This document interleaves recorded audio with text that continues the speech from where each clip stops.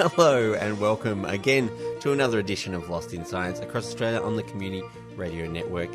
This is half an hour on New Radio where we will talk about all things sciencey. And on the show this week, I'm going to have a look at hiccups. Well, not have a look at hiccups because there's not much to see except people sort of jerking a little bit every few seconds when they've got the hiccups. For those listening at home, Stu was then just jerking every few seconds. Yeah. We all know what hiccups look like, but I'm going to actually talk about what they are and why, well, is there a cure for hiccups, basically? That's my question. Everyone's got their own Everyone's got their own cure. I've got a foolproof cure that always works for me. Me too. Absolutely. Everyone has one that always works for them. Yeah, except when it doesn't. But we're going to find out if there is an actual cure later on in the show. Chris, what are you going to be talking to us about? I'm going to be talking at people. Well, I've been doing an occasional series called How Do They Work? It was obviously inspired by the famous question from the Insane Clown Posse of magnets, how do they work? And I've been avoiding, I guess, putting off tackling the big question, which is magnets, how do they work? Today, I'm going to talk about magnets and how they work. Excellent. I have always wondered. Yes. Yeah, although I think I'm pretty well across it. But for all those people who wonder how is the magic of magnets possible, Chris will address that later on. I'm going to take the magic out of your world. Yeah. Because it isn't really magic, is it? Or is it? Is that going to be your story? No, it's even better than magic. It's so much better than magic. It's way better than magic. Yeah. On with the show.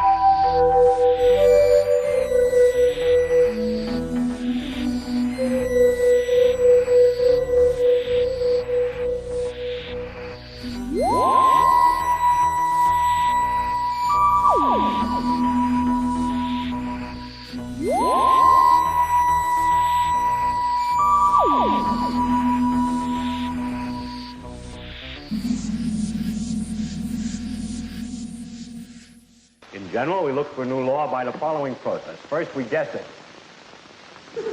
Then we so don't laugh, that's really true. Then we compute the consequences of the guess to see if this is right, if this law that we guessed is right, we see what it would imply.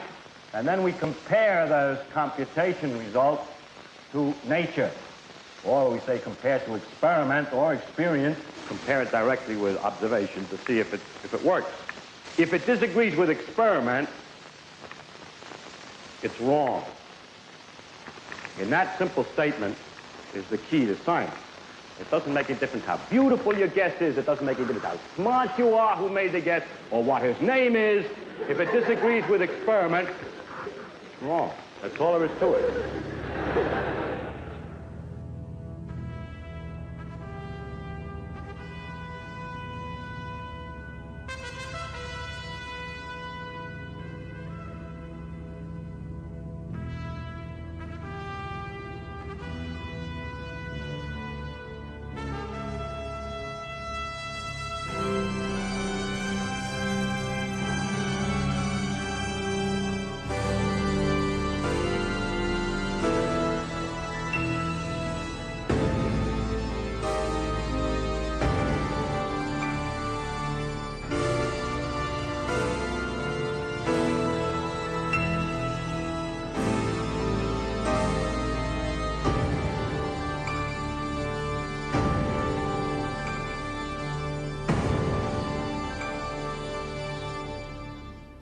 So can I ask, have either of you got a cure for hiccups?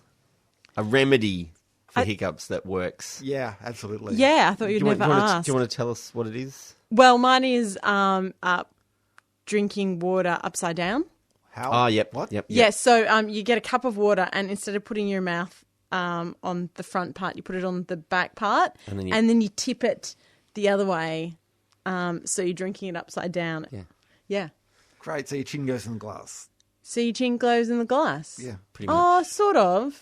Yeah. Yeah. Okay. I've done this myself. I've had this suggested as a remedy. Chris, what's your remedy? Oh, mine works, but it is people hate it. It's like it's the most boring remedy ever, and simply don't hiccup. Well, if you that would work every time. Yeah, but no, the principle is that, it's very hard to stop a whole series of hiccups. But if you say, I can concentrate, I'm going to stop the next hiccup, and if you can stop that one hiccup, then you've beaten the whole series.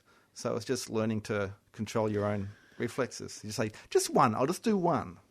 Okay, so you're breaking it down into smaller parts, but then Essentially. how are you breaking it, how are you actually tackling the next one? Because it's No, 'cause involuntary. the thing is, once you've beaten the first one, then you've broken the spell. But how do you beat the first one? Just trying really hard. Okay, you're just yeah, clenching. Chris's Okay. solution is you wish away the hiccups, basically. It works. like It works. It works. It It works. is foolproof. So everyone does have a surefire cure for hiccups that works every time for them, except when it doesn't. But I was asked the other day, is there a medical scientific cure for hiccups? So first of all, we should look at what a hiccup is. In medicine, a hiccup has its own special name. It's called a syngultus. Bet you didn't know that. Why is it called that? I have no idea. Okay. It's just that's just a That's medical just the term name. for Is that hiccup. with a C or an S? It's with an S. And what it is a sudden contraction of the diaphragm and intercostal muscles, which are So around they're in in your- your lungs, in your Okay. abdomen. And that's also accompanied by a sudden closing of the glottis in the throat. So you have that hiccup thing that everyone gets. You just did a really good impression of a person with the hiccups, Stu. Yeah, I've had them a few times myself. So why do we have this reflex? Why does this exist? And the real answer is nobody actually knows. Nobody can say for sure why we have this ability to get the hiccups. It might What's be an ability, is it? well, it's an ability. Our body is able to do it, so it's an ability. It's not a particularly helpful ability, but it is an ability. Do we know at least how we get it? Like in what circumstances? Oh yeah. our There's a lot of bodies- causes, but the reason that we have the capability of Right. getting the hiccups is unknown. It might be It could some just be a kind side of, effect of something else. well, possibly, but it might be some kind of fetal lung training aspect of it. So when the fetus is developing, it's learning to train its lungs, or it's possibly stopping from inhaling amniotic fluid Okay. in utero. So next time I hiccup, I'll be like, oh, it's just my fetal lung training playing up Yeah, again. that's it. Paying off. Or or Yes. or it might date back to our amphibian ancestry. Amphibians have a similar function that stops them inhaling water. So little tadpoles swimming around have gills, and then when they come out as frogs, then they have lungs. So at some point, they're actually stopping inhaling. But that's just a theory. Look, you're basically wondering, do all other animals have hiccups? Do dogs hiccup? No. Okay, well that Cats throws and that rats. Cats and rats hiccup. Oh, really? Yeah. but not all animals do. So it seems like the amphibian one is a bit of a stretch. I really wish we had some other amphibian hangovers. Like what? Like a long tongue or something. What, catch regenerating flies. limbs? Yes. That would be handy. That'd be great. Start off life as a tadpole instead. That'd be cool. Yeah, pretty cool. Yeah. So the sensation of hiccups for most people is not terribly painful or uncomfortable. It's more just annoying. And after a prolonged episode, though, it could become increasingly distressing. So some patients have reported continuous bouts of hiccups lasting years. Terrifying. Yeah, I remember hearing a story about a guy who had like hiccups for something like 17 years, and the thing that finally cured him was he prayed to the patron saint of lost causes, and that's what cured him. But it sounds like you have to wait till you've exhausted every other opportunity before you can actually apply to the lost cause thing. You can't just go to that as your first. Yeah, well, it's not a lost cause if it's your first option, is exactly. it? Exactly. Yeah. So you have to wait that 17 Replication's years. tricky It's on not that a very one. good cure, that one. And other people expect to be hit with hiccup attacks several times a day, which makes them very uncomfortable because they know it's going to happen, and it happens while they're at work and they're in the middle of doing their job, and suddenly they get a bout of the hiccups. But the rest of us can have spontaneous bouts of hiccups, which are often brought on by eating too fast, which is probably the most common one, I think. Drinking or eating too much. Various noxious fumes can cause hiccups in some people, and some medications cause people to have hiccups as well. Really? Yeah. But there are also other causes, like there's certain nerve diseases that affect the diaphragm, which causes people to have hiccups. People who have stroke sometimes have permanent or temporary hiccups after their stroke. Various tumours obviously can interrupt the nerve signalling. And abdominal surgery can cause people to have hiccups. So they come to after their abdominal surgery and they've got hiccups and they can't get rid of them, which is a really tricky thing if you're trying to heal from abdominal surgery stitches to have the hiccups. Now, as I mentioned earlier, everyone seems to have their own remedy, which is often taught to them by their parents or their friends, but none of them are 100% effective. Depending on who you ask.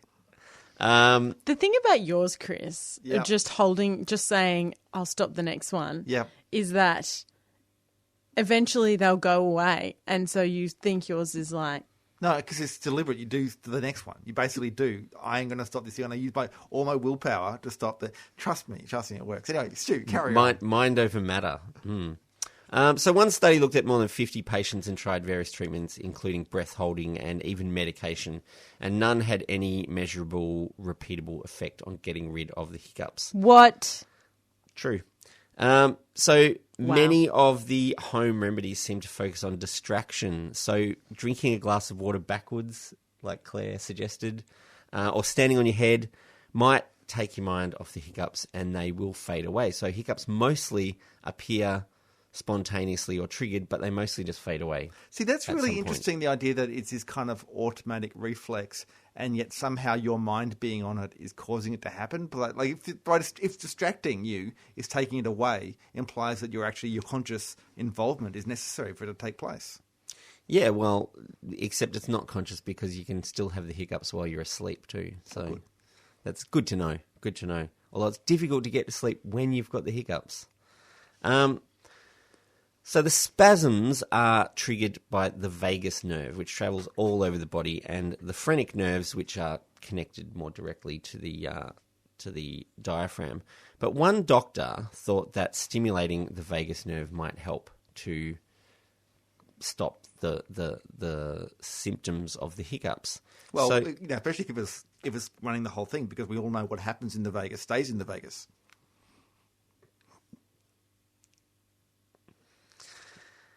Dead air. So, Dr. Francis M. Fesmeyer looked at a number of ways to stimulate the vagus nerve before finding a solution which has, according to his reports, a 100% success rate. Mind you, his 100% is 7 patients. So we'll still give him some credit. According to Dr. Fesmeyer, the solution is digital rectal stimulation. He says the rectum contains numerous nerves connected to the vagus, and the direct stimulation of those nerves causes the spasms to cease in the diaphragm. This sounds kind of a little bit surprising, I realise. It sounds a little bit like the distraction technique again, actually. Potentially, but 100% though. Dr. Fesmire was awarded the Ig Nobel Prize in 2006 for his work, which is great work, Dr. Fesmire, for finding this solution to the hiccup problem. So, yeah, whether it is just another distraction from concentrating, and it certainly would be distracting, I imagine, it's probably not a treatment for public cases of the hiccups. Especially if you're not expecting it. Well, that's the old one. You've got to scare someone to get rid of their hiccups. That would certainly give them a surprise, I imagine. But yeah, if you've got the hiccups in public, you might just opt for the glass of water and wait for them to go away, I think.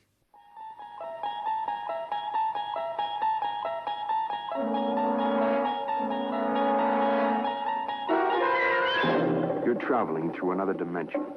A dimension not only of sight and sound, but of mind.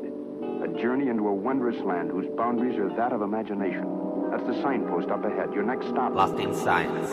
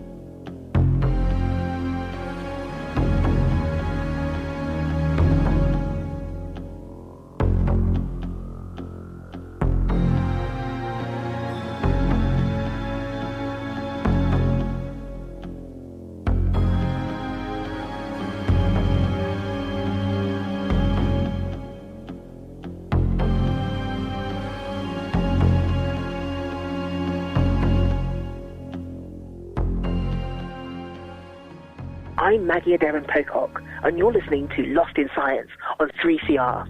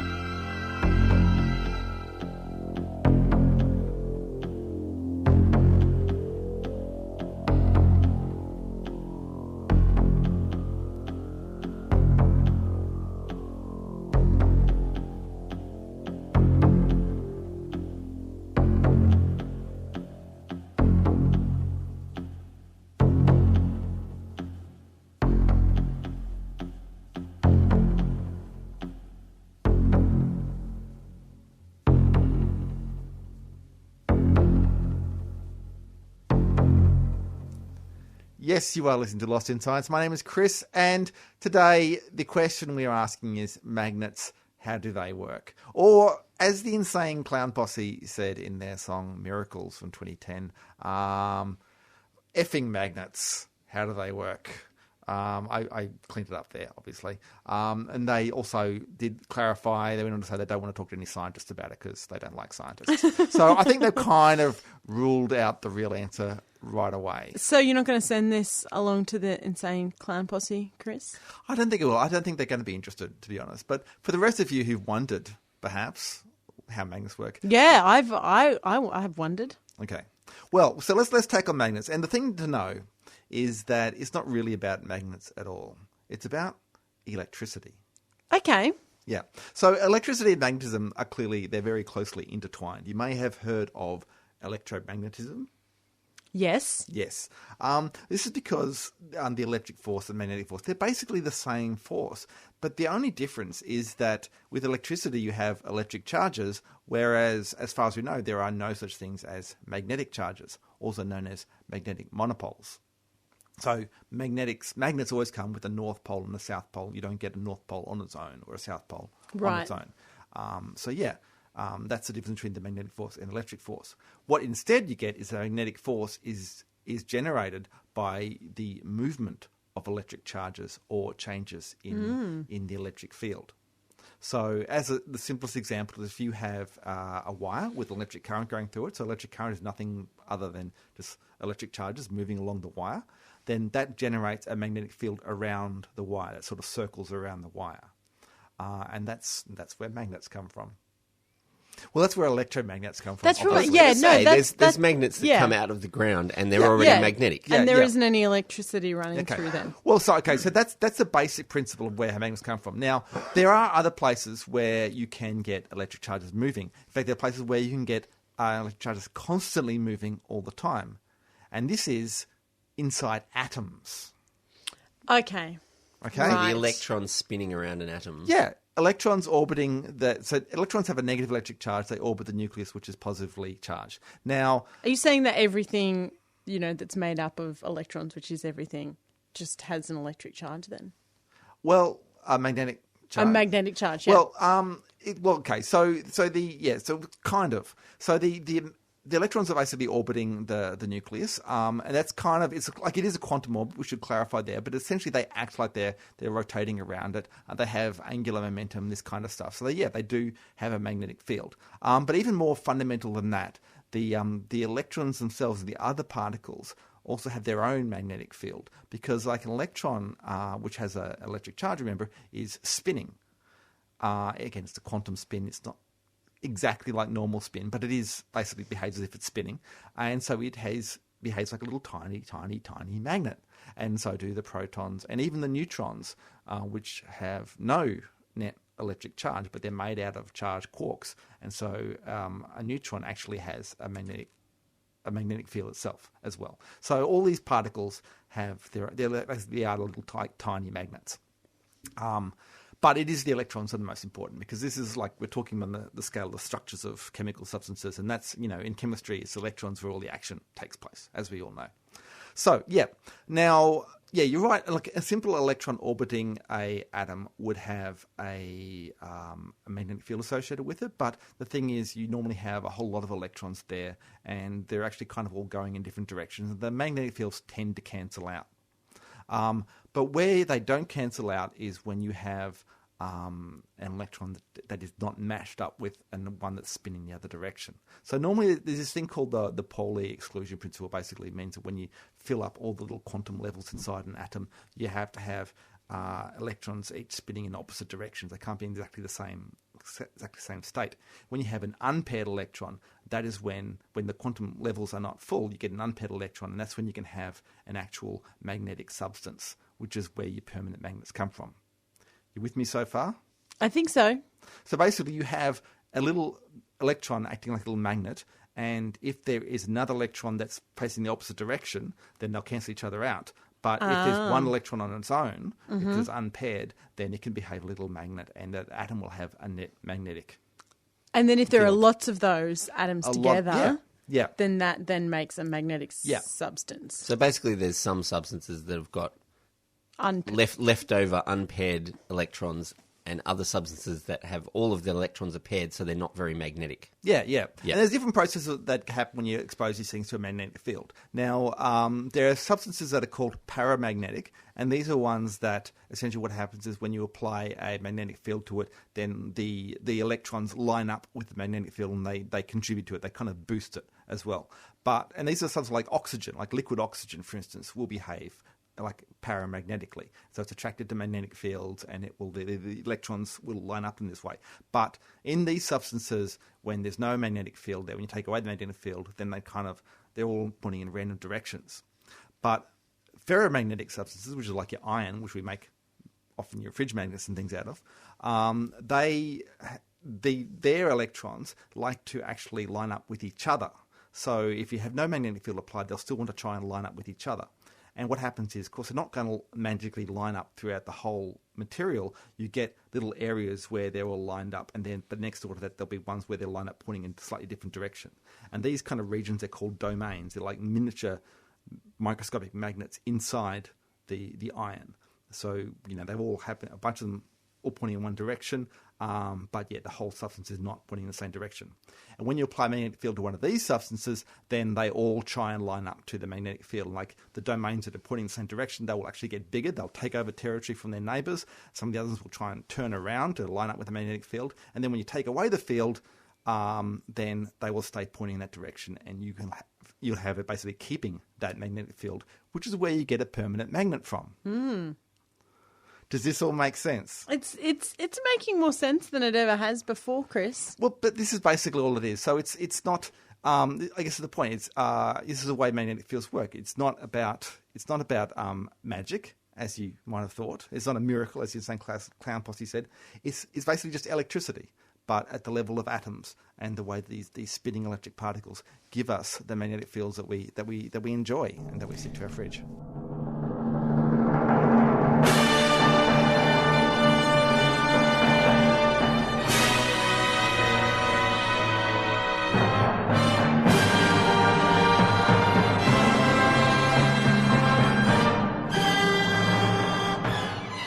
That's all we've got time for on this episode of Lost in Science. Thanks for tuning in and joining us. Lost in Science is recorded at the studios of 3CR in Melbourne and broadcast across Australia on the Community Radio Network. If you want to talk to us, talk back to us, you can get in touch. We have a Gmail account, lostinsight@gmail. You can also find us on Twitter and on the Facebook. And if that's not enough Lost in Science for you, you can always tune in again next week, where the team will once again get lost in science!